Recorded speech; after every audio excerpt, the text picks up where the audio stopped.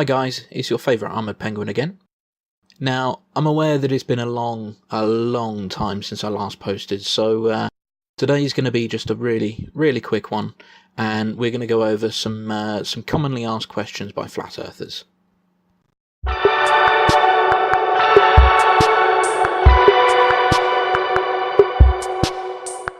Hey, what's going on, guys? This is Vince, back with a different kind of video for you here today. Now, I told you guys in my last video that I was working on something a little special for you, and here it is. So as you probably read in the title below, this is the best questions that we, flat earthers, I can't speak for all flat earthers, but I did get a little bit of help on this video. This is the best questions for people who believe in this thing right here.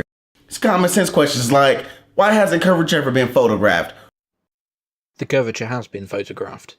You just call it fake or claim fisheye lens or some bullshit like that. Or why is all of NASA's photos of our Earth been doctored or photoshopped? NASA aren't the only people who Photoshop photographs. There are plenty of other sources that Photoshop their photos as well, and you would have no problems in believing those. Photoshop doesn't actually mean that it's fake. All it means is that it's been adjusted, shall we say. Now I said we, I got a little bit of help on this from my man D Marble. He has a couple of questions out there for these globe believers. But without further ado, let's just jump right into it. I'm gonna kick it over to my man D Marble right now. So D Marble, let's hit it. All right, so one question I like to ask heliocentric enthusiasts. I do these in kind of two parts. I'll ask a leading question because, you know, it's something that supports what they already claim to believe in. So I'll, for example, say, do you believe that we went to the moon? Their answer will be yes. Yes, we've been to the moon. Now, although NASA has admitted on multiple occasions that they can't go beyond low Earth orbit, that's because NASA now has not even a tenth of the funding that NASA used to have. You know, they'll pretty much overlook that part and still believe that we don't have the technology today, but we were able to do that back in the 70s and late 60s. Because back in the 70s and the late 60s, there was enough public interest in making it to the moon that the government could get away with giving that much funding to NASA. Of course, for us to get back to the moon or to move on to Mars, we would need similar, if not even more, funding now. And quite frankly, you know, the whole of the Western world has just come out of a recession. People aren't as interested in paying for things that don't have immediate, direct effect on their life. Anyway, beyond that, I'll ask them if they believe that we went to the moon. So their answer is yes. Then I'll ask them, well, we only see that one side of the moon, right? Yes, we only see one side of the moon. That's correct. Yeah, no, kind of. I mean, you kind of have to agree with that because according to the heliocentric model, we only see that one side of the moon because of tidal locking. Yeah, tidal locking. It helps that the moon is actually ever so slightly egg-shaped too. Tidal locking is why they tell us we only see that one side of the moon. So, okay, we went to the moon, so we have the capability to do so in their mind. Okay, we also only see that one side of the moon. I'll point that one out, and we'll clear that up. And then the next thing is, well, why do you think we don't have a camera? A camera pointing back at the Earth showing us a 24-hour live feed of the Earth spinning. We do. We actually have a few out there. Not all of them are returning images at 60 frames a second, because quite frankly, you don't need it. The Earth is spinning at a very slow 1 revolution a day, which means that actually, if you took a picture every 4 minutes and strung that together as a video, you wouldn't be able to tell the difference between that and one taken at 60 frames a second. Don't you think that would be something that people would like to see? But that aside, there are cameras on the ISS which show the ISS moving very fast over the surface of the Earth. I mean, if we're able to do things like have satellites and be able to remotely control them from millions of miles away. Now, one thing I'm going to do is, while I've got this image up on the screen, is I'm going to talk about a few of the points that they reckon that they've got. First off, they never get hit with space debris. No, they're being hit by space debris all the time. Most satellites, however, just take it on the chin and carry on working. The actual part of a satellite that's important to staying alive in the colloquial sense here, is actually very small. Being pelted by micrometeors is actually not that much of an issue for them. However, you can find pictures online of satellites that have been struck. Next, they never collide with other satellites. Well, actually they do. What you have to remember is, first off, that all satellites at a certain height will be moving at the same speed. Now, they're not necessarily moving in the same direction, but they will be moving at the same speed. There are occasions, I will bring some up on screen for you, there are occasions where satellites have collided and therefore been taken out. What you have to take into account, though, is that when people are launching satellites, they take this risk into account.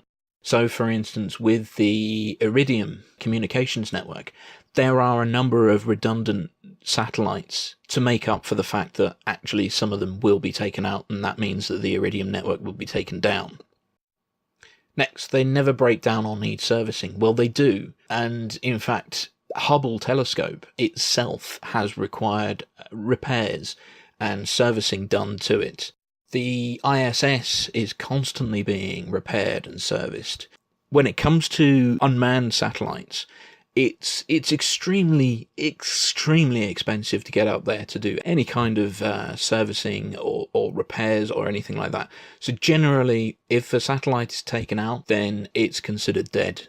It's far easier to launch a new satellite than it is to go up and cheaper actually, than to go up and try and fix anything. Now, they don't melt in a thermosphere. Well, no, this is true, but people don't cook in a sauna, despite the fact that actually it's hot enough for it. And people don't cook in a steam room. And there isn't a single real photo of one in space. Well, actually there are. There are plenty of photos of them. But those photos are taken when they are launched, when they are let go from shuttles or from rockets. There's so much space in space and so much space between these satellites. And this is one of the reasons that they very rarely collide with each other. Although it's not never, it is just rarely. That for you to try and take a picture of another satellite from another satellite would be like... It would be like you trying to take a picture of my car from America. And I can tell you my car's not in America, it's in Britain. Is what we're told. And we're able to beam signals back over these vast distances. Wouldn't you like to think that it will be easy? First, nothing in space is easy. Nobody's ever claimed that anything in space is easy. It's expensive, and it's difficult, and it requires a lot of preparation and a lot of guidance and maths to achieve this. Now, it is made quicker these days by the help of computers. We can actually make those calculations a hell of a lot quicker. Back when you're talking about the Apollo days, those calculations would have more or less been made on paper. But yes, we can now trivialize those maths, those orbital mechanics. But nothing in space is easy. Nothing. Now, another question I'd like to ask heliocentric enthusiasts, people who believe in the heliocentric model. Another leading question will be, well, okay, so you believe that the Earth is spinning, yes? I don't believe it. I know it's spinning. Yes. Okay. So you believe that the Earth is spinning, then you believe the other movements through space. Space is big. Really big. You just won't believe how vastly, hugely, mind-bogglingly big it is. Yes, I am quoting Douglas Adams, but he's spot on here. And the distances between stars is immense. Immense, I tell you. So big that these so-called huge speeds that you're talking about just pale into insignificance. Those speeds that you are talking about are almost immeasurable in comparison to the speed of light. And yet, travelling at the speed of light, it takes light 4 years to get from our closest star. And our closest star is not even one of the stars that you're talking about that help us navigate. For instance, like Polaris. Polaris is hundreds of light years away. You could set out from Earth at the speed of light, and if you were travelling for 13 billion years, so the current known age of our universe, you still would not reach the edge of what we can see in our universe. It is big. And of course, this is ignoring the fact that actually those stars are moving along at the same speed as us. You could ask the same question as, well, if I'm driving down a motorway at 60 miles an hour, how come I can still see the car next to me? Those are my questions. Back to you, Mike. Getting on to my question is going to be, first of all, clouds. Now, if you believe in gravity and you believe in the current science and what they say about gravity, that it pulls everything to the center of the mass, that's why water sticks to the earth. That's why water doesn't go flying off because the earth's spinning 1,000 miles per hour at the equator. Why is it that clouds, which it says, according to scientists, the weight of an average cumulus cloud is 1.1 million pounds. So, why do clouds float? Why do clouds float? You've actually got the answer to this question in front of you. Just read it. I mean, it says there. So even though clouds do contain a lot of water, this water is spread out for miles and is in the form of tiny droplets, tiny water crystals. It's not that the effect of gravity on those is diminished. It's the fact that because they are so small and have such a large surface area, the amount of gravity pulling on them is tiny in comparison to, for instance, the pressure of air on pushing them up, or wind. You are talking about such minuscule amounts of gravity compared to the surface area of those particles. And the fact is the gravity does pull clouds to the ground, and that's why we end up getting rain and snow and sleet. And that precipitation happens because the crystals, the water crystals or the water droplets get big enough that gravity overcomes that surface area that is effectively floating on the air. So it's basically saying because it's spread out over miles, like gravity doesn't affect it. So clouds defy gravity is what I'm getting out of this, right? No.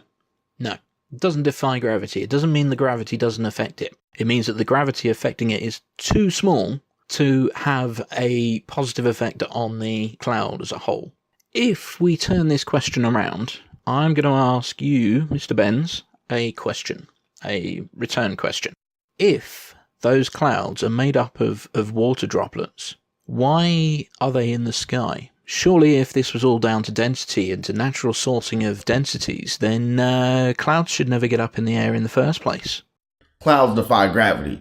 So that's my question to globe believers. From a science standpoint, how does clouds defy gravity? If I threw tiny water droplets in the air right now, if I just took a little handful of water, threw them up in the air right now, they would fall, right? They would fall, but the reason they would fall is because they are not tiny droplets. Go and boil a kettle. Go and watch. As your kettle boils, you'll see steam, and that steam will raise to the top of the room, and it'll huddle around the ceiling of your kitchen. Explain that. You believe in the heliocentric model. You believe in too much contradictory things. You believe in that we can't feel spin, but Foucault's pendulum can feel spin. That's why it moves. No, you can feel the spin of the Earth. It's just that the actual effect of the spin of the Earth is so small. All it actually comes out as is a very, very small reduction in your weight. Not mass, but your weight at the equator. So, for instance, if you were standing on the North Pole, or the South Pole actually for that matter, if you were standing on one of the poles, then you would actually be heavier by 0.03% than you would be if you were standing at the equator. Now, for the effect of the spin of the Earth to be enough, shall we say, to throw you off the Earth at the equator, it would have to be spinning once, not every day, not once a day, but once every hour and a half, once every 90 minutes. It's actually slightly less, but it's once every 90 minutes. It would have to be spinning that fast for water or people to leave the Earth at the equator. And that would only be at the equator. For it to happen in North America, it would have to be even faster. It would have to be, you're talking about once every 35, 40 minutes. At that speed, the Earth would disintegrate. There would be enough stress in the Earth that it would start breaking up. Even gravity, but things float in water all the time. So why is that not pulling down to the center of the mass? You believe in so much contradictory facts to make up your globe model that, to me, it doesn't make sense from a common sense standpoint. There's nothing contradictory about it. So again, just wanted to put this quick video out there. Definitely appreciate the help from my man D Marble. Definitely appreciate him coming on and helping me out on this one. Just trying to ask some common sense questions to try and get some common sense answers from these globe believers. And finally, this is just a quick question that I'm going to answer from the comments section, and that is, why do you only ever see shooting stars fall downwards? Well, this is because what you're seeing when you see a shooting star, you are seeing matter burn up, basically getting so hot from friction and compression that it's actually melting away in the atmosphere. It will only get to that point once it reaches the atmosphere, so it can only be moving in a general downward direction. It is entirely possible to have meteors and shooting stars pass through the atmosphere and leave again. However, it's not a regular occurrence, because once it hits the atmosphere, it starts slowing down. Once it starts slowing down, then gravity takes more of a role in the path of the shooting stars. So that's pretty much it, guys. I hope you've enjoyed this. I've quite enjoyed actually recording this, and hopefully I'll be able to carry on and do some more of these. I'm considering, now you guys let me know if you'd be interested in it at all, but I'm considering doing a series on video games, possibly make it a regular slot for us. Let me know in the comments down below anyway.